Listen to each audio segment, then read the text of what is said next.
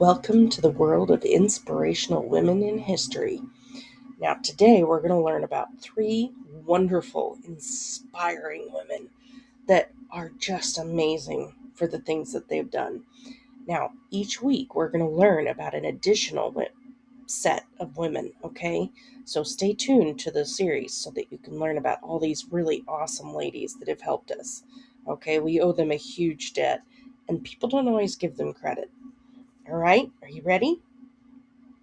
So, for those who don't know me, my name is Miss Bree. I'm an educator, a farmer, an illustrator, a singer, and a proud grammar nerd. Welcome to the farm school. So, first up, we have Deborah Sampson. Now, Deborah Sampson was born in 1760 in Massachusetts into a large family with important colonial ancestry. However, despite her family's historic roots, they struggled financially. They were not very rich. So when her father disappeared at sea, Deborah's mother didn't have the money to raise her kids, and she was forced to place her children into other households.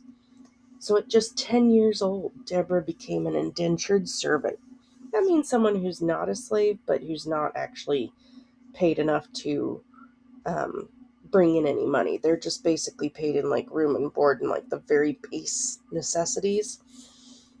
But what's amazing is that even in these difficult circumstances, Deborah managed to educate herself by reading and later worked as both a teacher and a weaver. Her early life shows the limited opportunities that were available to women in colonial America and highlights her independence and determination. In 1782, during the Revolutionary War, Deborah disguised herself as a man named Robert Shirtliff to join the Continental Army. Now, women were not allowed to serve as soldiers, so this decision required incredible courage. She joined the 4th Massachusetts Regiment and performed dangerous scouting missions. She was even wounded in battle and treated her own injury to avoid discovery. Deborah managed to maintain her disguise for over 2 years, proving her resilience and commitment to the patriot cause. After her honorable discharge in 1783, Deborah married and lived as a farmer's wife. However, her military story became widely known when it was published in 1797. She later became the first American woman to lecture publicly about her military service. That means to go give talks around the country. Now, she also received a full military pension, and she was the only woman to do so for Revolutionary War service. Isn't that amazing? Deborah Sampson reminds us that women have always contributed to military history, even when laws excluded them. Now, next up, we're going to talk about Harriet Tubman. Harriet Tubman is an amazing lady. She was born into slavery in Maryland in 1822. Originally, she was named Araminta Ross, and she endured brutal conditions from childhood. At age 13, she suffered a traumatic head injury when an overseer threw a weight that struck her skull. She experienced seizures from this injury for the rest of her life. Now, during these seizures, she would receive visions, and Harriet believed that these visions were messages from God. Her deep faith gave her strength and shaped her lifelong mission to pursue freedom.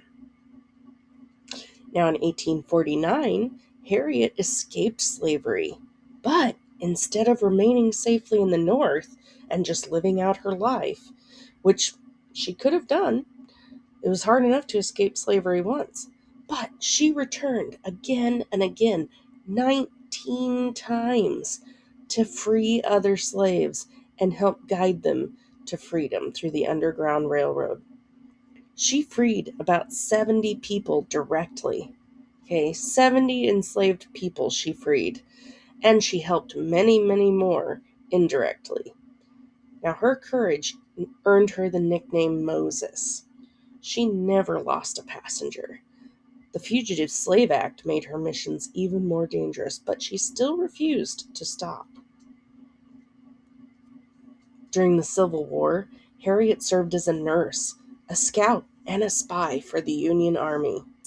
In 1863, she led the Combahee River Raid, freeing approximately 750 enslaved people, making her the first woman to lead a U.S. military raid, but also 750 enslaved people were free because of her.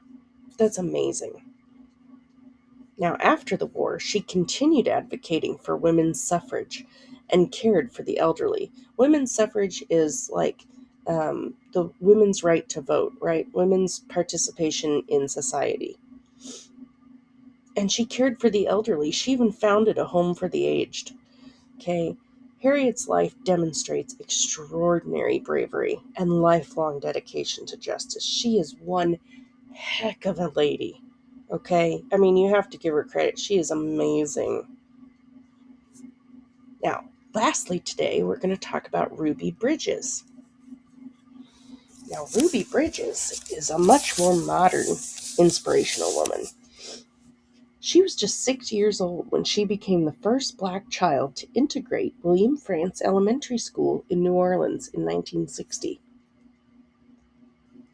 Federal marshals had to escort her past angry crowds every single day because she was in actual danger from just angry people. On her first day, hundreds of white families withdrew their children. Ruby spent that day sitting alone in the principal's office. Ruby was the only student in her class for an entire year.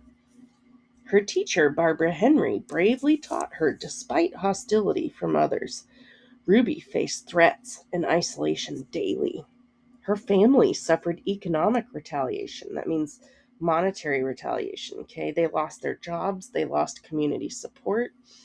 They were constantly being threatened and yelled at. Norman Rockwell, however, was so inspired by Ruby Bridges that he painted the painting called The Problem We All Live With, and this captured her historic walk. Now, Ruby grew up to become an advocate for tolerance and equality. She even founded the Ruby Bridges Foundation to promote educational equality.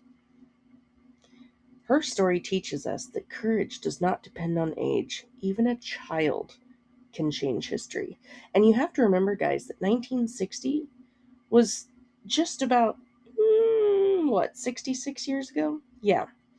So Ruby Bridges is 72 today, okay? In 2026, she is 72 years old.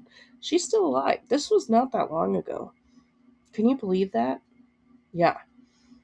So just keep that in mind when you think of how far we've come and what we still have yet to accomplish here. And she is an inspiration to everyone. So, when we look at these women, we look at all sorts of people, and this goes for all of our women that we look at throughout this series. It might seem like their lives have nothing in common. They lived in different centuries, they spoke different languages, they faced different challenges, and yet there's a thread that connects them all, right? Deborah Sampson put on a uniform she was never meant to wear. Harriet Tubman walked back into danger when she could have just stayed free. And Ruby Bridges walked into a classroom alone. Okay, all of these women are amazing. Different centuries, different battles, different dreams, but the same courage. Each woman faced a moment when the world said, "You cannot do that." And each one of them said, "Watch me." Some were loud, some were quiet, some stood on battlefields, some stood in a schoolroom. They didn't wait for permission. They didn't wait for perfect conditions. They didn't wait for applause. They acted. And here's the most important part. 0 women in this whole series knew how history would remember them. They didn't think about, oh, my name's going to go down in history. No, they simply did what they believed was right. And that is the thread that connects all of these amazing women. Courage is not about fame. It's about conviction. Okay? Leadership is not about titles. It's about the impact you can have. And change is not always dramatic. Sometimes it begins with one question. And now the thread continues. Because history is not finished, right? We're living history right now. The next chapter is still unwritten. And someone in this room, someone listening right now, might be the next name on our list. The question is not whether change is possible. These women have already answered that, right? They've clearly changed history. The question is, when your moment comes, you personally, what will you do? So I want you to take that and think about it, okay? And realize that, wow, I could change history. You, yourself, could change history. So be that person. Be amazing. Be the person that I know you can be. All right, guys, thanks for coming today. And remember, follow along, subscribe so you can get the videos when they come up. We'll be doing a whole series on inspirational women in history. Okay? And I'll see you next time. Bye.